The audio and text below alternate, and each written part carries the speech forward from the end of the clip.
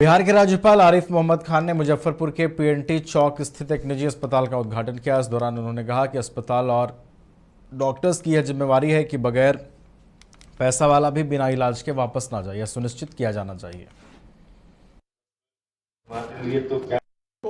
सबको बहुत शुभकामनाएं, बधाई। और ये एक महीना है जहां हम ऐसे लोग जिनके पास, जो वंचित हैं, जो कमज़ोर हैं, जो गरीब हैं, हम भी खाना छोड़ देते हैं उनके दर्द को महसूस करने के लिए। और हमारी ये भावना सारे साल बनी रहे कि हम उनकी देखभाल कर सकें और उनके बारे में उनके प्रति हमारी केवल सहानुभूति न हो, बल्कि हम ये सुनिश्चित करें कि कोई वंचित न रहे। तो सबको बहुत शुभकामनाएं, बधाई। और ये एक महीना है जहां हम ऐसे लोग जिनके पास, जो न्यूज़ बाइस्कोप से खास बातचीत में खेल मंत्री सुरेंद्र मेहता ने कहा है कि बिहार में लगातार खेल को बढ़ावा दिया जा रहा है। इसके साथ ही उन्होंने कहा कि मोइनुल हक स्टेडियम का भी विस्तार किया जा रहा है। बिहार सरकार के वरिष्ठ मंत्री सुरेंद्र मेहता जी हमारे साथ हैं, खेल मंत्री हैं। लगातार खेलों के पिछले दिनों पाटलिपुत्र कॉम्प्लेक्स में एक उद्घाटन भी किए थे। किस तरीके से खेलों को बिहार में बढ़ावा दे रहा है, चुनाव में भी जाना है? ये खेल बिहार में प्रगति की ओर है और माननीय मुख्यमंत्री आदरणीय श्री नीतीश कुमार जी के नेतृत्व में खेल को गांव की तरफ पहुंचाया जा रहा है। खेल गांव की तरफ जा रहा है और बिहार सरकार का जो फैसला है, हम प्रत्येक पंचायत में खेल का मैदान बनाएंगे, खेल क्लब का निर्माण होगा, वो हो रहा है। अभी 6,500 पंचायत में खेल के मैदान का निर्माण हो रहा है। तो बिहार से IPL हो या वनडे सीरीज में खेलने के लिए लोग जाते हैं खिलाड़ी, लेकिन बिहार की ओर उनका अब ध्यान जो है कम हो जाता है। उन खिलाड़ियों के तो सहयोग आप ही लोग से आगे जाता होगा, उन खिलाड़ियों पर भी क्या? बिहार के बारे में खेल के क्षेत्र में जो पहले कहा जाता था ये बहुत पीछे है, ये जान लीजिए बिहार खेल के क्षेत्र में बहुत आगे है और आने वाले दिनों में बिहार खेल के क्षेत्र में दुनिया के मानचित्र पर होगा। जब मोइनुल स्टेडियम का विस्तार के लिए बात चल रही थी, कब तक उसका विस्तार होगा? मोइनुल हक स्टेडियम बस बरसों से जर्जर था, उसको लीज पर BCCI को दिया गया है और वो बहुत जल्द अंतर्राष्ट्रीय स्तर का वो खेल मैदान बनेगा। अच्छा, एक और आखिरी बार पॉलिटिकल सवाल में, लालू यादव को भारत रत्न देने की मांग को लेकर कल सदन में भी उठाया गया। आज भी उनके विधायक कह रहे हैं कि उनको भारत रत्न मिलनी चाहिए। गरीबों का आवाज़ लालू यादव ने दी। देखिए, राजद के सभी विधायक जी को अगर दिल पर हाथ रख के देखना पड़ेगा और वो सोचें तो लालू जी को भ्रष्टाचार रत्न मिलना चाहिए। चलिए, साफ तौर पे ये थे खेल मंत्री सुरेंद्र मेहता कह रहे हैं कि लालू यादव को भारत रत्न नहीं बल्कि भ्रष्टाचार रत्न मिलनी चाहिए। सहयोगी सोनू के साथ विवेक को पटना। राजधानी पटना में भवन निर्माण विभाग के एक बड़ी इंजीनियर तारिणी दास सहित उनके कई रिश्तेदारों के कई ठिकानों पर ईडी की टीम छापेमारी कर रही है, जिसको लेकर सियासत तेज है। विपक्षी दल सीएम नीतीश पर हमलावर है। विपक्षी दलों के नेताओं का कहना है कि सीएम अब चीजों से कंप्रोमाइज करके बैठे हुए हैं और अपने अधिकारियों को बचा रहे हैं। हमारी सरकार कोई भी हो, अगर गलत काम कोई किया तो किसी हालत में भी नहीं बचे। हमारी जीरो टॉलरेंस की नीति है, तभी तो कार्रवाई हो रही है। नहीं तो 2005 के पहले तो भ्रष्टाचारियों को, अपराधियों को, अपराध को सत्ता का संरक्षण प्राप्त था। तभी तो जो लोग आरोप लगा रहे हैं वो उनके राष्ट्रीय अध्यक्ष भी सजा याफ्ता है। इन लोगों ने मिलके पूरे बिहार को 2005 के पहले लूटा था। लेकिन हमारी सरकार है तो जो भी गलत काम करेगा वो बचेगा नहीं। राज्य में ऐसा कोई विभाग नहीं था क्या जो 2005 के पहले उन्होंने नहीं लूटा? पशुपालन घोटाला, अलकतरा घोटाला एक बड़ा उदाहरण भी है। जमीन के बदले नौकरी, इसलिए मैं ज्यादा नहीं बोलना चाहता हूँ। देखिए, पूरा भ्रष्टाचार में सरकार लिप्त है। जितने अधिकारी है सैकड़ों करोड़ रुपए की अवैध वसूली किए हुए हैं। और एक अधिकारी क्या, सभी अधिकारियों पर अगर ईडी की छापेमारी की जाए तो सब लोगों को यहाँ अवैध संपत्ति मिलेगी। चूंकि लगातार कई वर्षों से अधिकारियों लूटपाट मचाए हुए हैं, जनप्रतिनिधि का कोई कदर और सम्मान नहीं है और पदाधिकारी जो है घूसखोरी में लिप्त है। इस सरकार में तो लूट मचा ही हुआ है, प्रशासनिक तंत्र फेल है और सभी लोग लगे हुए हैं इस देश की अर्थव्यवस्था को लूटने में, अपना बनाने में, पैसा बनाने में लोग लगे हुए हैं।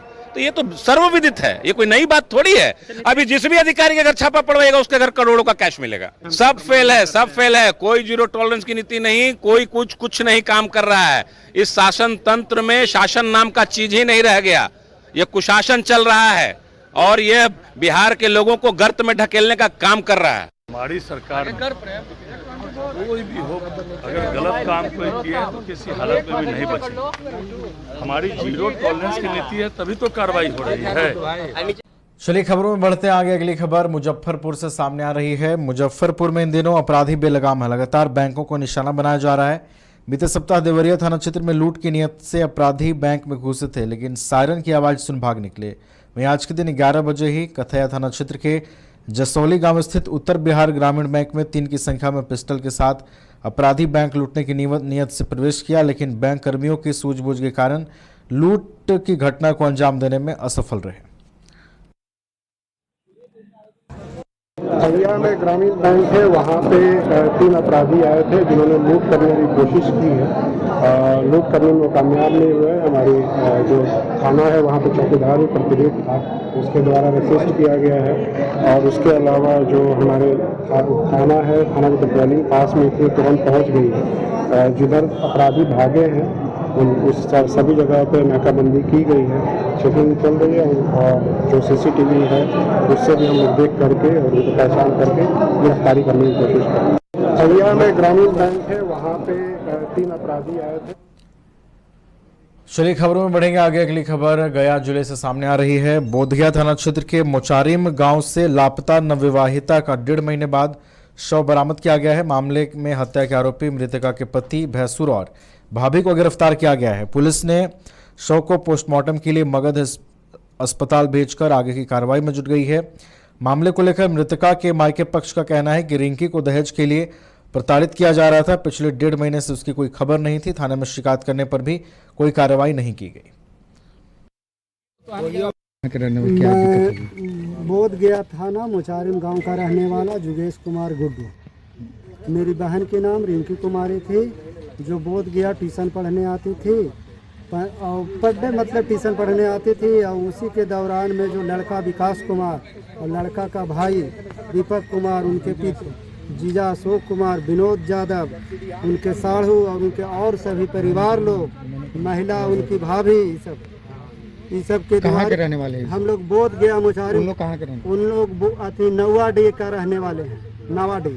उनको उन लोग का डोभी थाना पड़ते हैं। क्या दिक्कत है? दिक्कत हुई कि मेरी बहन को 15 फरवरी 2025 को उनकी मतलब डेली स्कूल पढ़ने आती, ट्यूशन पढ़ने आती थी डिस्कवरी कोचिंग सेंटर में।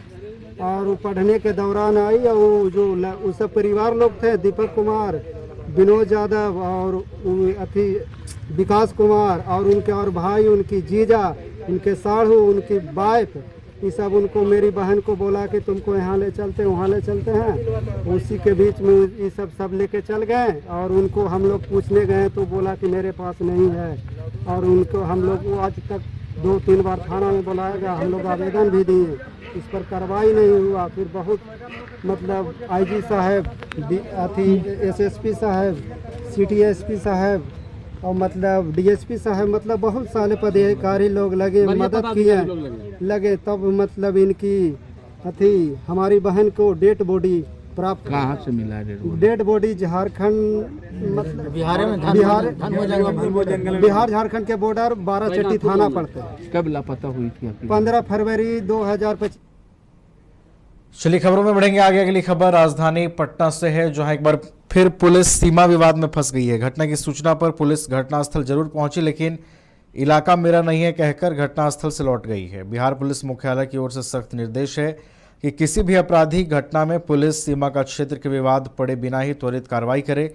लेकिन पटना में डॉक्टर के घर में हुई भीषण चोरी की घटना के बाद मौके पर पहुंची SK पुरी थाना की पुलिस घटनास्थल से बेरंग लौट गई। वहीं पीड़ित चिकित्सक ने अपनी परेशानी बताई, जबकि पुलिस ने अपने थाने का मामला नहीं होने का हवाला देते हुए चलती बनी।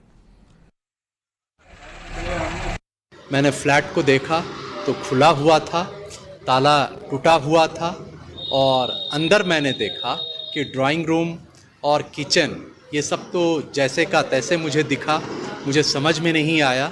फिर मैं जब कमरे की तरफ बढ़ा तो कमरे में सामान अस्त व्यस्त था। मैंने देखा कि कमरे में जो एक आलमीरा था गोदरेज का, उसको काटा गया था या तोड़ा गया था, और उसके भीतर जो लॉकर था और लॉकर के भीतर जो लॉकर था उसको भी तोड़ा गया था, और सारे सामान बिखरे पड़े थे ज़मीन पर। फिर मैंने कुछ ज्वेलरी के बॉक्स इधर उधर फेंके हुए थे, तो मैंने उन चीज़ों को देखा। फिर मैं दूसरे कमरे में जब गया तो दूसरे कमरे में भी मैंने देखा कि वहाँ भी इसी तरह की सारे सामान फेंके हुए हैं और ज्यों का त्यों है। फिर मैंने यहाँ के गार्ड से मैंने बातचीत की और मैंने पूछा इस घटना के बारे में, जिसके बारे में वे लोग बताने में असमर्थ थे। उन्होंने कहा कि उन्हें इस तरह की कोई जानकारी नहीं है। मैंने फ्लैट को देखा तो खुला हुआ था, ताला टूटा हुआ था, और अंदर मैंने देखा कि ड्राइंग रूम और किचन ये सब तो जैसे। चलिए, तो पटना से एक बड़ी खबर सामने आ रही है। म्यूजियम में जोरदार धमाका हुआ है। पटना म्यूजियम में जोरदार धमाके की खबर है। धमाके की आवाज से पूरे इलाके में हड़कंप मच गया। फायर सेफ्टी सिलेंडर में जोरदार धमाका हुआ है। जो खबरें सामने आ रही हैं, शीशे का बना दरवाजा चकनाचूर हो गया है। कोतवाली थाना क्षेत्र के पुराने म्यूजियम कैंपस की यह घटना है। हमारे साथ चंदन, हमारे सहयोगी जुड़े हुए हैं फोन लाइन पर, उनका रुख करते हैं। चंदन, पटना म्यूजियम में धमाके की खबर है, क्या है पूरी जानकारी? जी देखिए, बिल्कुल नवीन, जोरदार धमाका जो है हुआ था, इतना तीव्र गति से था कि जो दीवारें हैं उसमें जो है वो दरार जो है वो आ गई है, और जो दरवाजे, जो शीशे के दरवाजे थे वो चकनाचूर हो गई है। और ये दरवाजा, इतना धमाका जो था इतना भयानक था कि आसपास के लोग जो है वो डर गए, समझ गए या कि हुआ क्या। लेकिन ये जो सेफ्टी के लिए जो सिलेंडर रखा जाता है, फायर सेफ्टी सिलेंडर, वो कहीं ना कहीं ब्लास्ट हुआ था, जिसके बाद बड़ी एक जो है वो धमाका हुआ था। लेकिन कहा जा सकता है कि एक बड़ी घटना होने से जो है नवीन कहीं ना कहीं वो बच गई है, क्योंकि लोग रहते तो लोग भी घायल हो सकते थे। तो बिल्कुल, हालांकि जो भी सिलेंडर उन्हें निकाला जा रहा है और ये देखा जा रहा है कि कौन कौन से सिलेंडर जो है वो बेकाबिन है, और फिलहाल फायर ब्रिगेड की टीम जो है वहाँ पहुंच गई है और वो उनके द्वारा जो है सर्च ऑपरेशन जो है वो किया जा रहा है।